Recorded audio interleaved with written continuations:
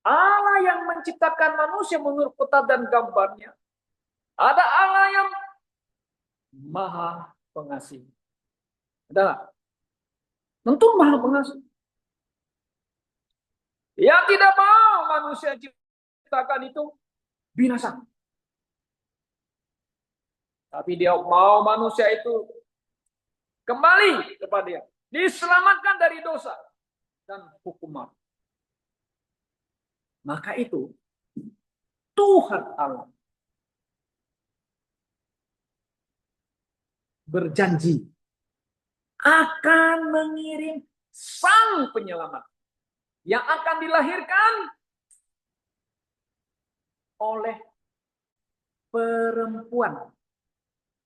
Kalau saudara membaca di Kejadian pasal 3:15, perempuan, keturun perempuan ini akan merumbuhkan kepalamu ular, ular si setan itu sebagai representatifnya. Dan ular akan meremukkan kakinya. Nah, ini adalah perspektif, artinya penubuatan tentang di mana sang penyelamat akan datang menghancurkan kepala si ular. Nah, sebelum dia datang, saudara-saudara, manusia yang jatuh ke dalam dosa, dan jika mereka mau selamat dari hukuman itu, ya mereka harus percaya kepada Tuhan Allah yang hidup, sang pencipta.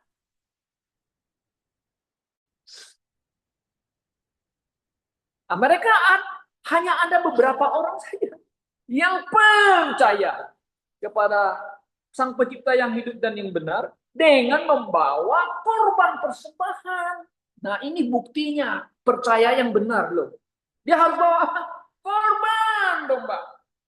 Karena Alkitab mencatatkan siapa yang percaya kepada Tuhan yang benar. Dicatat itu. Habel yang kemudian dibunuh oleh Kain yang marah. Marah kepada Tuhan. Nah, inilah spirit dari setan. Dia marah kepada Tuhan karena sembahyangnya, ibadahnya tidak diterima. Marah kepada Habel. Di apa namanya? Kemarahannya dicurahkan, dijatuhkan kepada Habel. Ya ini agama-agama yang lain itu ya, punya satu spirit kebencian, marah ke orang lain, ada nggak? Ada, gitu. Habel yang percaya kepada Tuhan. Kemudian itu Henok, zaman Henok lah, dia bergaul dengan Tuhan. Yang lain-lain kemana? Yang lain bergaul dengan dunia ini. Kan begitu. Alkitab mencatat tuh sangat akurat loh. Henok bergaul tentu dengan keluarganya. Percaya loh bergaul loh. Coba keadaan dunia itu semakin parah. Nah, kemudian keturunnya lagi. Nuh. Nuh percaya kepada Tuhan Allah yang hidup benar dan keluarganya. Nah, apa yang terjadi saudara? Ya manusia bertambah banyak di bumi ini. Alkitab mengatakan di Kejadian pasal 6, pasal 6 ayat 6, manusia kecenderungan hatinya selalu membuahkan kejahatan. Alkitab yang kata, bukan ngomong saya. Benar nggak? Iya benar, sampai hari ini lihat. Manusia selalu membuahkan kejahatan. Ya termasuk orang-orang yang punya agama. Hah? You know? Juga termasuk ini yang mengaku-ngaku orang Kristen. Menganiaya orang Kristen yang lain nggak sepahamnya. Ada nggak orang Kristen begitu? Ada. Dalam sejarah dicatat. Jangan elak, jangan engkau menolak ya. Ini catat kita Alkitab. Catatan di dalam sejarah ada. Ya kan? Atas nama agama Kristen menganiaya orang yang nggak sepaham. Ada nggak? Ada, saudara. Ya kan? Nah, saudara, no percaya Tuhan. Nah, manusia bertambah banyak jahat. Maka Alkitab mengatakan Allah dalam bahasa Indonesia diterjemahkan menyesal. repented. Allah itu tidak perlu bertobat. Kalau kata orang dalam ketuk seolah Allah itu bertobat, salah menciptakan manusia. Oh, bukan itu. Bukan begitu maksud paham ayat itu. Tapi Allah itu ya menyesal, artinya manusia berbuat jahat. Nah, bukan dia itu bertobat, bukan. Dia menyesal. Oh, menyesal dalam hati manusia bertambah berjahat. Nah, Tuhan mengatakan, aku harus memusnahkan manusia ini. Memusnahkan manusia yang jahat ini kan? Kok kejam benar? Allah itu, Allah dia. Nah, manusia nggak ngerti. Kita banyak orang Kristen tidak mengerti. Ya, orang Kristen lah. Di luar sih ya memang nggak ngerti. Orang Kristen banyak juga nggak ngerti. Allah yang mau baik, janji mau kirim juru selamat. Di sisi lain, kenapa Allah begitu sepertinya kejam, mau musnahkan manusia di atas bumi ini ya? Nah, makanya saudara, Allah Tuhan Allah itu sifat karakternya, dia pengasih, yes, panjang sabar, yes, dia juga maha adil, maha suci, yang salah harus dihukum, ya, yang salah harus diadili seadil-adilnya, kan begitu. Nah, manusia yang bertambah banyak berbuat dosa, Tuhan hukum dengan air bah. Dan yang selamat itu hanya Nuh dengan keluarga, ketiga anak laki-lakinya dan istrinya. Ada berapa orang yang selamat? Angkanya berapa? Semua sudah tahu ya. Angka apa? Angka 8 dong. Bukan angka 13. Ya kan? Angka 8 tuh bagaimana? Kalau orang Tionghoa apa? Angka bagus ya Pak ya, Pak Surya. Betul nggak? 8, angka berapa? Angka apa? Pot. Hanya pot. Pot itu apa artinya?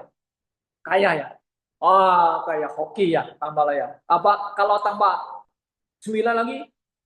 Q. Q artinya kaya yang Q lama, yang panjang. Tapi bukan itu maksudnya. Maksudnya ada 8 orang selamat di dalam kapal Bahtera. Dan binatang-binatang yang masuk ke kapal Nuh atau Bahtera Nuh. Puji Tuhan. Ya. Nah, dari situlah saudara, kemudian bumi dipenuhi dengan keturunan Nuh dari 3 anaknya. Ya kan? Nah, saudara, kalau kita baca di Alkitab, ya ada 3 anaknya, Sem, Ham, Yafet. Ya kan? Nah, Sem, Ham, Yafet, 3 anaknya. Dari 3 keluarga ini bertambah. Kan gitu. Mereka belum tersebar ke seluruh dunia. Kan masih kecil gitu ya. Nah, sulap tambah banyak. Timbullah satu keturunan dari Ham, Nimrod. Waduh, Nimrod ini dia jadi pemimpin di antara keluarganya Nuh ini yang 3 ini. Ada di antaranya si Nimrod ini, dia bilang, saudara-saudaraku, kita satu suku maksudnya dari Nuh itu. Kita satu dan bahasa logatnya satu. Kita jangan terpencar ke seluruh bumi ini, tapi mari kita bangun menara Babel. Ya, kita bangun benar-benar, kita tinggal di sini, jangan terpencar, kita boleh mencapai sampai ke langit. Waduh, begitu hebat sombongnya si Nimrod nih. Kenapa? Karena dia yang paling jago. Nah, disinilah dia ingin membangun namanya kerajaan pertama di bumi ini adalah kerajaan yang dipimpin oleh Nimrod, namanya kerajaan Babel. Sebenarnya namanya Babel. Makanya membangun negara Babel. Di mana? Di tanah Mesopotamia. Yang sekarang itu Irak. Yang ada sungai, 2 sungai, Tigris dan Euphrates. Nah, di situ dia bangun menara Babel pertama, kerajaan Babel di atas bumi ini. Dia menantang Tuhan Allah. Saudara, kenapa? Tidak boleh terbesar, tidak boleh terpencah. Kita harus satu besar. Kita naik ke atas seolah lawan Tuhan. Tapi Tuhan lihat mereka, Tuhan turun dan mengacau rencana proyek dari Nimrod. Akhirnya apa? Semua yang bekerja, nyimain itu bahasa bahasa Indonesia. Kamu namanya siapa? Apa? Sini, ambil itu palu. Apa itu ngomong? Aku nggak ngerti. Mulai kacau. Ya, nah, bahasa Inggris, bahasa Yunani, bahasa Rosowa muncul di situ. Aku nggak ngerti ngomong apa apa semuanya. Nah, akhirnya bubar. Nah, dari situlah saudara, kenapa Tuhan membubarkan? Karena Tuhan sudah bersabda berkata kepada Adam, kamu harus beranak bercucu dan penuhilah seluruh muka bumi ini. Ya kan? Betul nggak? Alkitab yang ngomong. Ya bukan saya yang ngomong loh, saudara. Alkitab yang ngomong. Penuhi. Tapi sini berdong. No. Kita harus tetap bersatu. Satu suku. Nah, kalau Indonesia satu bangsa. Satu apa? Bahasa. Indonesia ada berapa bahasa? Banyak. Tapi bahasa resmi bahasa Indonesia. Ada berapa suku menurut Pak Jokowi? Saya juga lupa disebut. Ada berapa ribu ya suku ya? Suku-suku. Maka itu Indonesia itu sulit untuk bersatu padu. Menjadi negara superpower yang hebat. Agamanya beda lagi, sukunya beda lagi. Gimana ini bangsa ini bisa bersatu? Ya, kita bisa bersatu karena ada 5 prinsip yang kita pegang, itu aja sih. Tetapi realita di dalam lapangannya susah. Ya, tidak mau bersatu, kan begitu. Oke. Nah, saudara, dari situlah kita lihat Babel, tanda kutip, artinya kerajaan Babel terpecah dan bangsa tersebar ke seluruh penjuru bumi. Sem kemana? Ke Asia. Ham kemana? Afrika. Yafet? Orang bule. Kalau saya kok bilang bule, Anda sudah tahu. Itu kan? Nah, orang bule. Terpecah mereka. Loh? Nah, saudara, di antara suku bangsa yang di bumi ini, Tuhan memanggil siapa? Bapak Abraham. Dari suku apa? Sem. Dari mana? Irak. Bapak Abraham dari Irak. Tapi ngomong dialog dari kampung halamannya, kemudian dia pindah ke ini, ke Haran, utara sungai itu, ujung ke Haran itu. Semuanya dia dekat ini, kerajaan Babel itu situ. Bapaknya Abraham itu. Tapi mereka pindah lewat sungai ke Haran. Dari Haran ke Babel. Abraham, keluar dari kampung halamanmu. Pergi ke tanah yang kukasih. Tanah apa? Tanah perjanjian. Nah, dia kenal dengan tanah Kanaan, ya gitu. Nah, saudaraku yang saya kasih dalam Tuhan Yesus. Nah, kita lihat, saudara, bahwa kerajaan pertama Babel itu yang dipimpin Nimrod, ya, tetap melekat di hati setiap bangsa. Nah, dari situ pecahlah atau timbullah berbagai macam suku-suku bangsa di bumi ini, dan masing-masing suku bangsa dengan bahasanya, dengan budaya mendirikan kerajaan masing-masing, ya kan? Iya, mendirikan kerajaan masing-masing. Nah, coba kita lihat kerajaan yang hebat yang dicatat di dalam Alkitab. Mesir. Mesir suku apa ya? Kalau di Afrika itu dia suku apa? Enggak. Iya, di Afrika. Mesir itu kan Afrika gitu loh. Ya, hebat ya, bisa bangun piramid ya. Sampai hari ini orang tidak bisa tahu, tidak apa namanya, artinya bingung gimana cara membangun piramid dengan batu-batu besar yang satu persegi itu bisa sampai 10 ton, 5 ton, gimana angkat sampai ke atasnya? Kan heran dia. Sampai hari ini orang nggak bisa memecahkan masalah itu. Ya, banyak teori-teori lah. Nah, Mesir. Oh, kejayaannya luar biasa. Bilang-bilang, I'm God. Nah, bilang, saya Tuhan. Musa bilang, nah, ini Tuhan kami yang hidup. Yehova, Elohim, bebaskan bangsa kami. Di situ Tuhan menyatakan dirinya bahwa ingin menyatakan dia adalah pencipta yang benar kepada Firaun. Nah, kejayaan Firaun kan nggak lama, ya nggak, maksudnya ya cukup lama, tapi akhirnya juga runtuh, gitu loh. Nah, kita lihat negara apa yang dicatat Alkitab ya, kerajaan-kerajaan yang mengalami kejayaannya pada masanya itu Mesir, kemudian Assyria, kemudian Babelonia, kemudian Media Persia. Nah, itu yang Iran itu yang Media Persia itu yang Nebukadnezar, Ahasuerus dan sebagainya itu. Kemudian muncul lagi dari Yunani, ya. Kemudian muncul lagi Romawi, kemudian di Asia ada namanya Mongolia, Genghis Khan. Genghis Khan pernah sampai ke Eropa loh, ke Rusia loh. Itu luar biasa Genghis Khan. Ditakluknya China oleh Genghis Khan, tapi tidak dicatat di Alkitab. Ngertinya, oke? Tidak dicatat di Alkitab, oke? Nah, yang dicatat Alkitab itu Romawi terakhir itu, kan? Kemudian muncul lagi kerajaan dinasti China turun naik, kerajaannya turun naik di China. Di Indonesia ada kerajaan Majapahit, Arganusi turun naik, dan semuanya hilang. Mana? Hilang. Jadi tidak ada satu kerajaan yang abadi. Nah, kemudian muncul lagi. Kita lihat ada kerajaan di Eropa. British.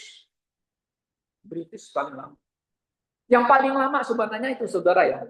Ada satu apa nama itu yang di bawah namanya Konstantin. Nah, ini bagus kita punya pelajari. Saudara bisa klik di YouTube itu ya. Konstantin ini adalah Kaisar Romawi. Yang pertama adalah dari Kristen dia. Kristen ya. Dia menjadi kaisar. Karena memang ini pasti ya Tuhan yang menentukan dia jadi kaisar. Karena sebelum dia menang perang, dia lihat katanya menurut cerita orang Kristen, dia melihat di langit itu ada salib. Gitu ya. Dengan ini seranglah. Ada salib. Wah, salib kan Kristen. Kan Tuhan Yesus. Wah, pikir. Serang. Dia menang perang dan menjadi kaisar. Akhirnya dia jadi Kristen. Dia bilang, di kerajaanku orang Kristen tidak boleh dianiaya lagi. Itu dari Kaisar Konstantin, saudara. Nah, saudara bisa lihat di ceritanya ini. Ya, kerajaannya. Dia pikir ini kerajaan saya ini harus negaranya aman. Rakyat harus damai sejahtera. Tidak boleh perang sebagainya. Dan orang Kristen tidak boleh dianiaya lagi. Lalu dia mengawinkan ya, kerajaan dengan ajaran Kristen, agama Kristen, kan gitu, supaya semuanya happy, semuanya senang gitu ya. Tapi realitanya apa? Ya banyak juga hal-hal yang ya dia orang Kristen yang tidak suka dianiaya juga. Tapi memang kerajaannya di bawah Konstantin ini eksis ya dari tahun berapa ya? Saya ada catat sini. Konstantin ini dari tahun 303 berdirinya. Nah, kemudian selesainya dia mati maksudnya 337 AD. AD itu tahun Tuhan gitu ya. Jadi sampai abad yang keempat. Jadi dia ikut ropat tentang kekristenan juga, dia terlibat loh menentukan ajaran dan statement faith, dia juga ikut.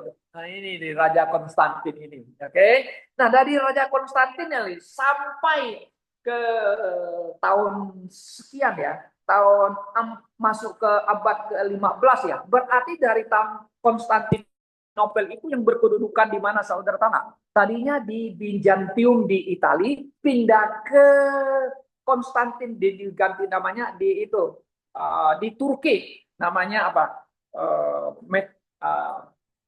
Ada satu kota namanya itu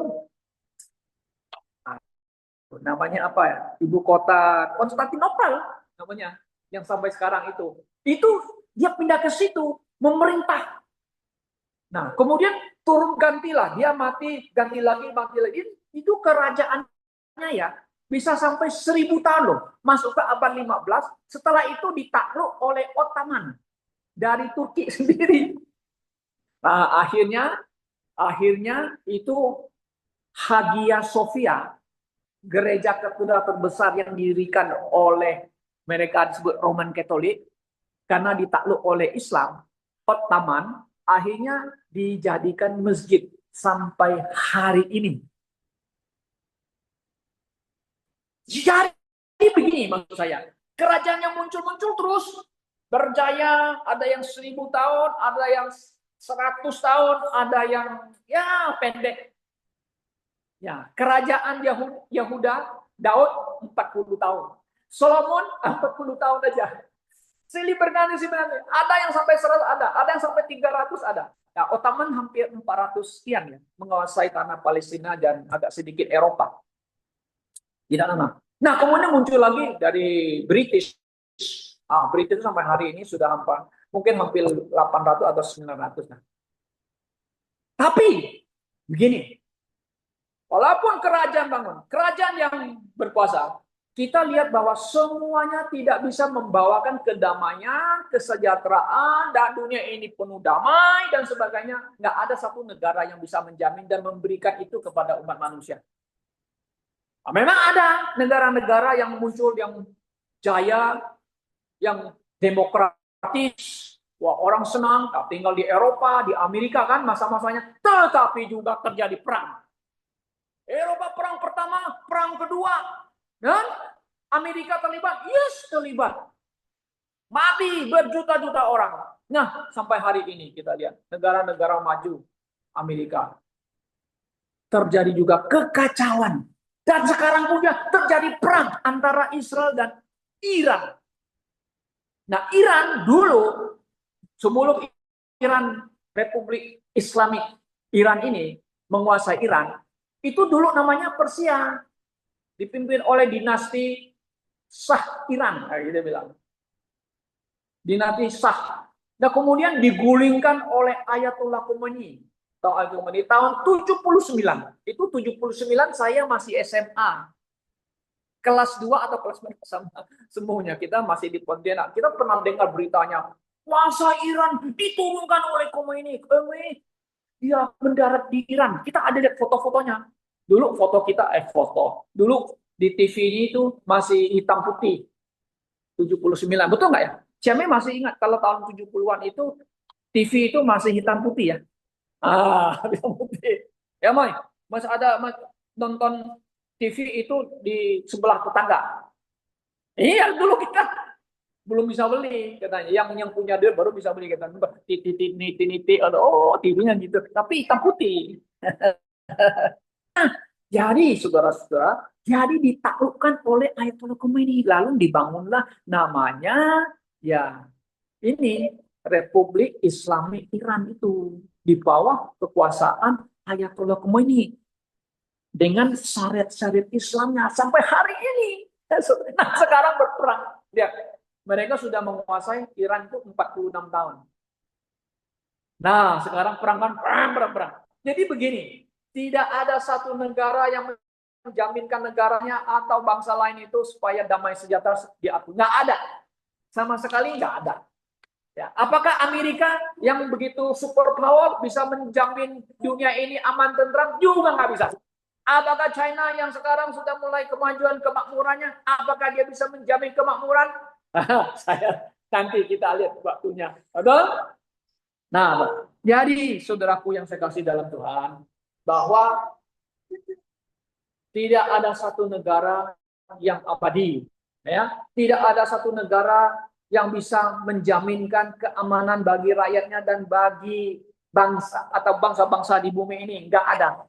Tapi hanya nanti jika Tuhan Yesus datang. Dan yang telah kita baca itu Yesaya pasal 11 itu, dunia ini yang akan dipimpin oleh Yesus Kristus penuh dengan damai dan apa? Ya, damai. Damai sejahtera. Tidak ada perang, tidak ada orang jahat dan sebagainya. Kenapa? Karena yang dipimpin oleh Yesus sendiri. Nah, saudaraku. Nah, karena itu Yesus akan datang duduk di tahtanya Daud.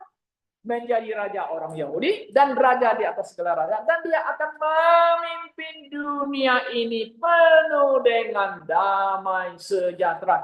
Artinya damai sejahtera itu ya orang bisa hidup tenang, nggak usah apa nama itu takut sama orang jahat. Ya, kita penuh dengan damai seperti yang digambarkan di Yesaya pasal 11. Cucu saya bisa main sama singa yang buas. Singa nggak jadi galak lagi. Tiger nggak jadi galak lagi. Ular beludak nggak jadi galak lagi. Semuanya bisa bermain. Apakah ini hanya satu halusinasi? Banyak orang bilang, kalian orang Kristen, halusinasi. Yesus mau datang, mau berikan kerajaan sih. Itu hanya fiktif atau halusinasi. Saya bilang, no, you baca Alkitab nggak? Ayo nggak baca Alkitab ya sah. Harus baca Alkitab, saudara. Nah, saudaraku, kenapa Yesus akan duduk di tahtanya Daud? Kenapa harus pakai tahta Daud? Kan begitu. Kenapa? Karena Alkitab sendiri yang sudah mengatakan demikian dan sudah dinubuatkan oleh para nabi-nabi. Dan dia Yesus kan berasal dari Yehuda, suku Yahudi, ya kan gitu. Dan dia akan menjadi raja Yahudi, atau dikatakan, atau artinya sama raja Israel, kan begitu.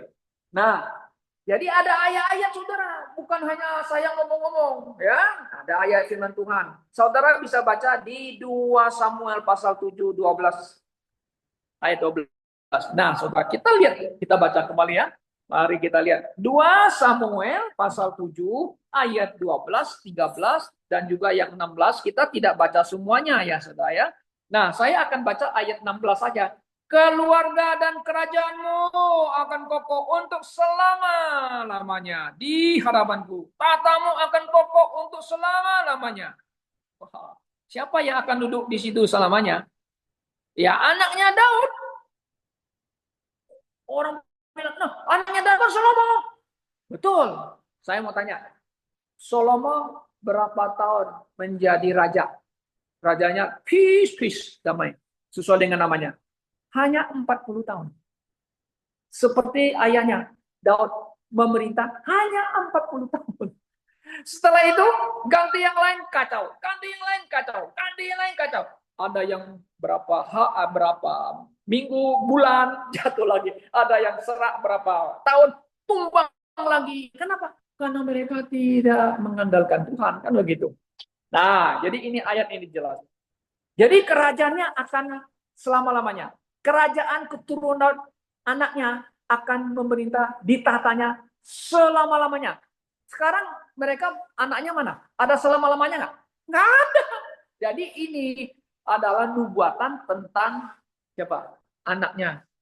Yaitu yang kita kenal dengan Yesus Kristus. Maka itu di dalam Injil mereka panggil Yesus adalah apa? Anak Daud. Saudara tahu nggak? Siapa yang pernah memanggil Yesus anak Daud? Bangsa lain. Perempuan dari Tirus, Siroponesia. Kan anaknya sakit kan? Dipanggil Yesus anak Daud. Apa dia ingat Daud? Kok dia tahu anak Daud? Dari mana dia tahu? Dari kitab suci dong. Malah di sembarang ngomong gitu. Dia tahu jadinya. Tolong aku. Itu Yesus anak Daud. Yesus disebut anak. Yes, kenapa? Keturunannya. Nah, kemudian kita lihat dari keturunan Daud itu, mari kita lihat di Yesaya pasal 9. Nah, semua ayat-ayat ini ada, sudah bukan omong kosong ya. Kita lihat di Yesaya pasal 9.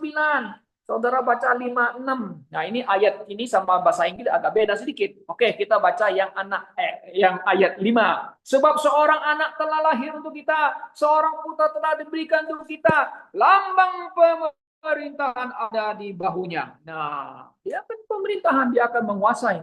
Ya, dia punya pemerintahan. Dan namanya disebut orang apa? Nah, ini terjemahan lain ini memang beda dikit. Terjemahan yang baik mengatakan namanya akan disebut apa? Wonderful, bahasa Inggris. Kemudian Counselor. Ya, namanya apa lagi? Mighty God, Allah yang perkasa. Everlasting Father, Bapa yang kekal. Yesus kok disebut Bapa kekal? Iya, begini maksudnya. Yesus berkata, aku dan Bapa adalah apa? Satu. Siapa yang telah melihat aku, telah melihat Bapa. Nah, disebut Everlasting Father. Kemudian Prince of Peace. Raja damai. Puji Tuhan. Nah, kemudian ayat 6. Besar kekuasaannya dan damai sejahtera tidak akan berkesudahan. Coba damai sejahtera. Damainya tidak akan terus selamanya kan gitu. Di atas tahta Daud dan di dalam kerajaannya karena ia mendasarkan dan mengokohkannya dengan keadilan dan kebenaran dari sekarang sampai selama-lamanya. Kecemburuan Tuhan semesta alam akan menaklukkan hal ini. Puji Tuhan. Ya, kita selalu khotbah Natal kan pakai ayat ini ya. Tapi orang nggak sadar ya. Yesus akan datang menjadi Raja Damai. Amerika bisa kasih damai? Enggak. Walaupun dia gagal Kristen. British yang terkenal dengan namanya Commonwealth, dia bisa kasih damai? Nggak ada damai. Nggak ada satu negara bisa menjamin engkau damai. Hanya Yesus Kristus. Hanya Yesus Kristus. Oke? Nah, keturunannya dari mana? Ya dari Daud kan begitu. Betul ya? Kemudian kita lihat lagi. Oke? Di Yeremia pasal 23. Nah, kita banyak baca Alkitab ayat firman Tuhan ya. Yeremia 23. Oke? Nah, saya baca aja ya supaya saudara perhatikan. Sesungguhnya waktunya akan datang. Yeremia 23 ayat 5 dan 6. Sesungguhnya waktunya akan datang, demikian firman Tuhan. Aku akan menumbuhkan bagi Daud suatu tunas kebenaran. A righteous brand, bahasanya. Dia akan memerintah sebagai raja, bagaimana? Bijaksana. Akan melakukan keadilan dan kebenaran, ya kan? Kebenaran. Kemudian apa lagi? Kebenaran. Kebenaran Tuhan. Allahnya bangsa Israel. Nah, ini ayat jelas sekali. Mengenai siapa? Yesus nantinya akan memerintah dengan kebenaran. Penuh damai. Nggak sembarang dia memerintah. Nah, makanya dunia ini akan penuh. Oke. Nah, jadi saudara yang saya kasih dalam Tuhan ini. Nah, kita lihat sekarang kan nggak ada damai di Israel. Perang melulu roket dari Iran. Ya, Israel serang. Bom lagi sana. Yuk, ada damai. Semuanya sembunyi di bunker tanah. Kapan ada damai? Nanti kalau Tuhan Yesus datang. Oke. Nah, saya melihat banyak ayat-ayat yang jelas menunjukkan bahwa Yesus akan duduk di tahta Daud, saudara.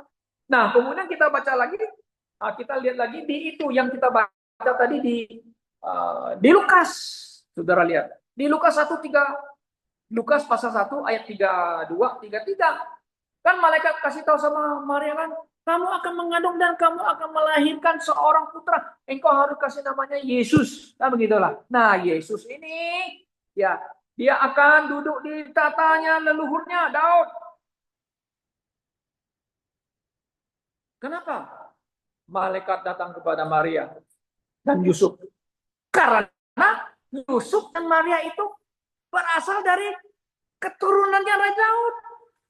Maka itulah saudara, Kaisar Agustus memerintahkan pada waktu itu semua orang harus dicatat atau disensus dan harus balik ke setiap kampungnya. Pada waktu itu kan Maria kan hamil. Yusuf bawa dia pergi ke mana? Ke Bethlehem. Kenapa Bethlehem? Karena dia berasal dari keluarganya Daud. Yesus lahir di mana? Di Bethlehem. Oh ya, Yesus lahir di Palestina. Orang Palestina. Nah, itu orang Palestina yang ngomong. Bukan Alkitab yang ngomong. Saudara. Banyak orang Indonesia, orang Kristen kacau pikirannya juga loh. Heran kita. Kok Alkitab baik? Yesus bukan orang Palestina. Yesus orang Yahudi. Gimana diputar balik? Jangan diputar-putar balik. Alkitab yang ngomong dia pasal dari Yahudi. Kan dikasih tahu sama orang Samaria. Wanita Samaria. Keselamatan datang dari suku Yehuda. Oh yes, dia ngerti. Dia ngerti. Kok banyak orang Kristen tidak mengerti? Kan aneh kita bilang. Nggak baca Alkitab ya. Nah, kemudian Petrus.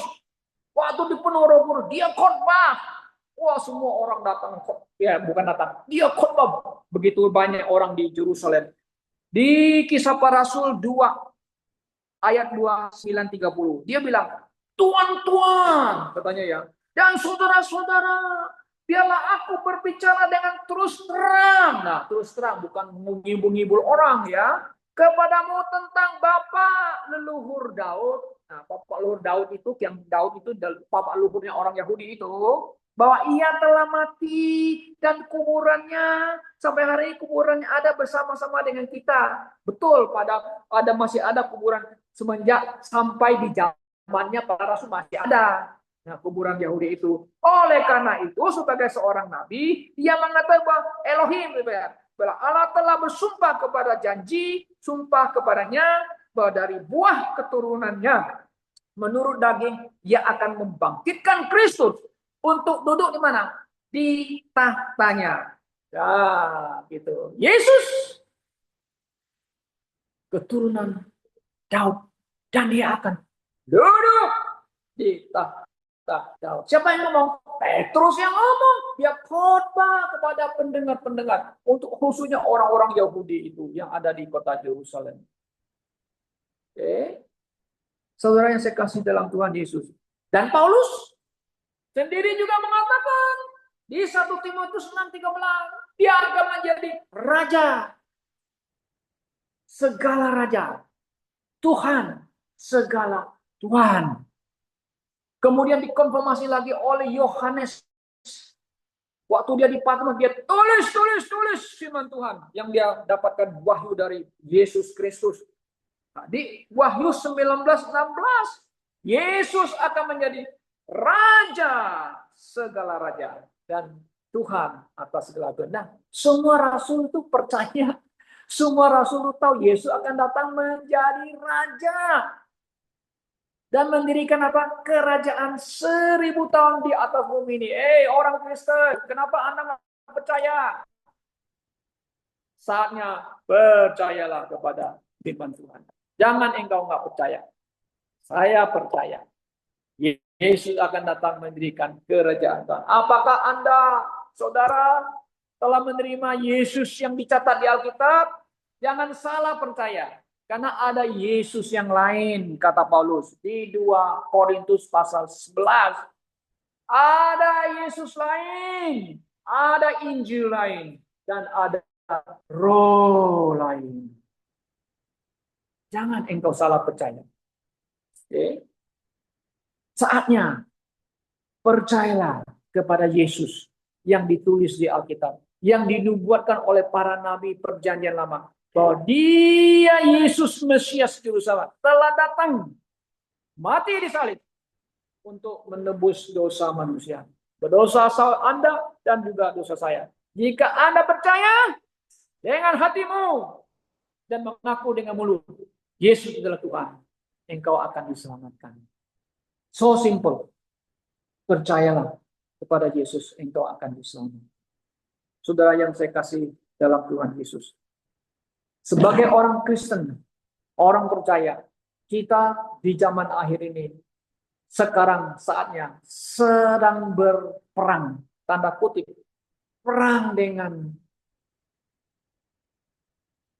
bukan dengan daging, perang dengan muslihat si iblis yang memakai orang Kristen untuk menghancurkan ajaran-ajaran Alkitab yang sejati. Nah, Anda tahu ya?